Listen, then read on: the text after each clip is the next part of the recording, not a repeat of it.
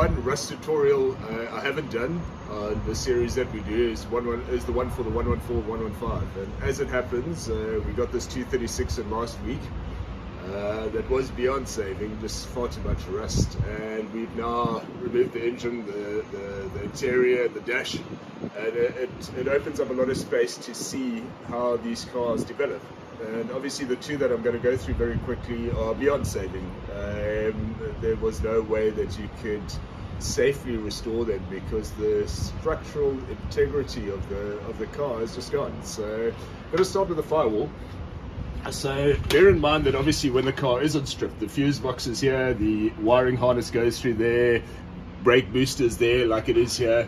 And what happens is that it actually rusts between the firewall and the inner fender here. So if you have a look at this here, it's all gone. There's nothing holding the firewall to the front of the car. This side as well, and it's even harder to see because the booster's in place, but all of this behind here is gone. And if Bella goes around to that side, and I'll actually stick something through and look through the fender there underneath, you can see how that goes all the way along there, here, and where the actual subframe, the whole front engine and suspension mounts onto, that all rusts over there, like a 107 as well. But also on the firewall, all the way along here. I mean, look at that. Very economical way of repairing that, or safe way of repairing that, obviously. And here you can see on the inside here how this develops. Now, so obviously there's the front subframe mount. Look here where the mounting is actually going, and that all starts corroding away there. And yeah, changing bushes isn't going to help you sort that out. But what happens is that then progresses, and that goes down from there down onto the floor. So if you have a look on the inside, we'll actually go around to the one on the that's stripped a little bit more here.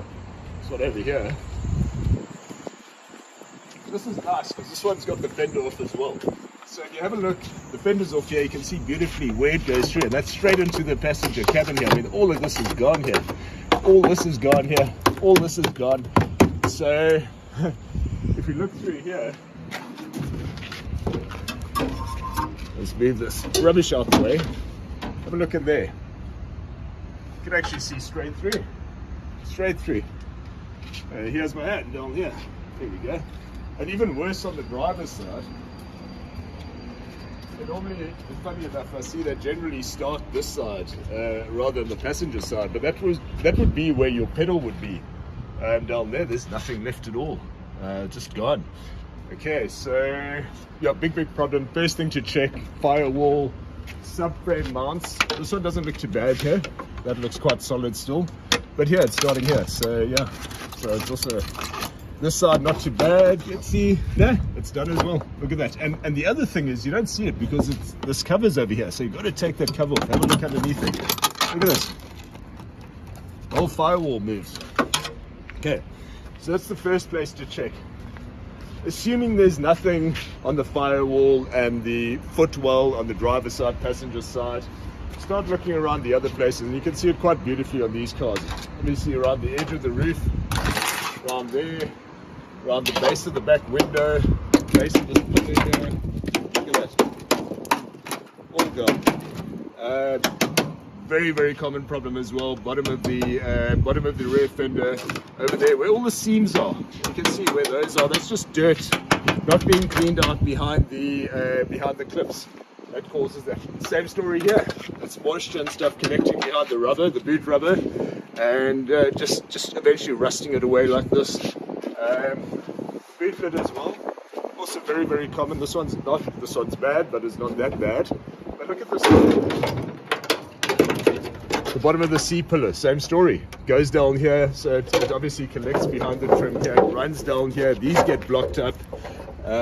Behind the fender, that little lip, same story as a 123 and all the others, also rusting very badly here. Once again at the bottom of the rear fender, bottom of the doors, another good place, and obviously the bottom of the front fender.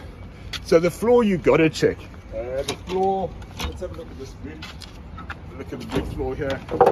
This is what you'll always find. I always see them with rust over here underneath the spare wheel, which is understandable. A bit of moisture will get in and the wheel's there. Nobody pulls the wheel out on a regular basis and it rusts there. But you also see a lot with this starting to rust. And here you can see how that's actually on this side here. The rust is so bad that the fender is separated from the body here as well. These beams that hold the whole rear suspension there. So let's have a look at this one over here. Same sort of thing. Bottom of the front fender, bottom of the doors, the whole sill here. Obviously the floor in this one is not too bad inside, but if you look there, terrible. So that's gone once again underneath the pedal. They always rust there. Here, same story, same as the other one. That lip behind the fender, make sure there's no dirt stuck inside here. Pull beadings off or wash behind the beadings, because if you look at the other one we've gone through, same story. That's why this is rusted as well. There's dirt and stuff trapped behind this trim, this chrome trim. Pull it out, clean it, and that's not going to happen. Same story here. It's leaves and dust and crap stuck in this gutter and not cleaned out that causes that. Let's have a look at the boot here. Well, it might be easier for you to go around the other side and just do it from there. You can actually see quite nicely here. This boot lid's actually quite far gone, but all the way along it started there once again from just from moisture collecting behind here. Let's have a look down here. Okay, here same story. This is where very common case with the rust here. Same thing behind the wheel, spare wheel on that side. This boot started over here, but not too bad yet. But yeah, it's always the same story on all these old cars. It's cleaning the dirt out from behind beadings and chrome trims and stuff like that, and driving the car after you do that. So what we always do with our cars before we leave, we're obviously a few hundred meters from the sea here at the warehouse. So we drive cars in that park here the whole day. So what Bella and I normally do before we leave is we take water and we just spray it down. There we go. And on our commute home, it gets rid of all that excess water that's still trapped behind beadings. And by the time you get home and put your car in the garage, it's nice and dry. It's not going to rust. But that's the biggest thing. You've got to get behind the beadings, and you've got to get rid of that any dirt or anything trapping water behind them. It's going to rust.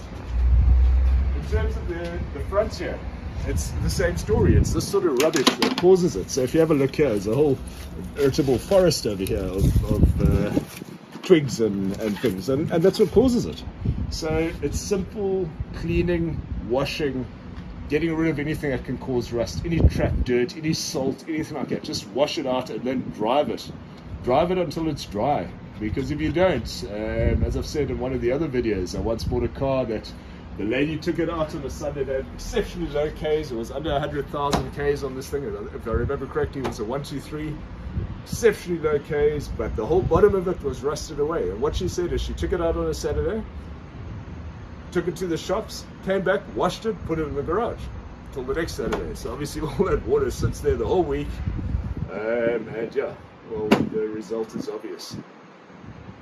That's it.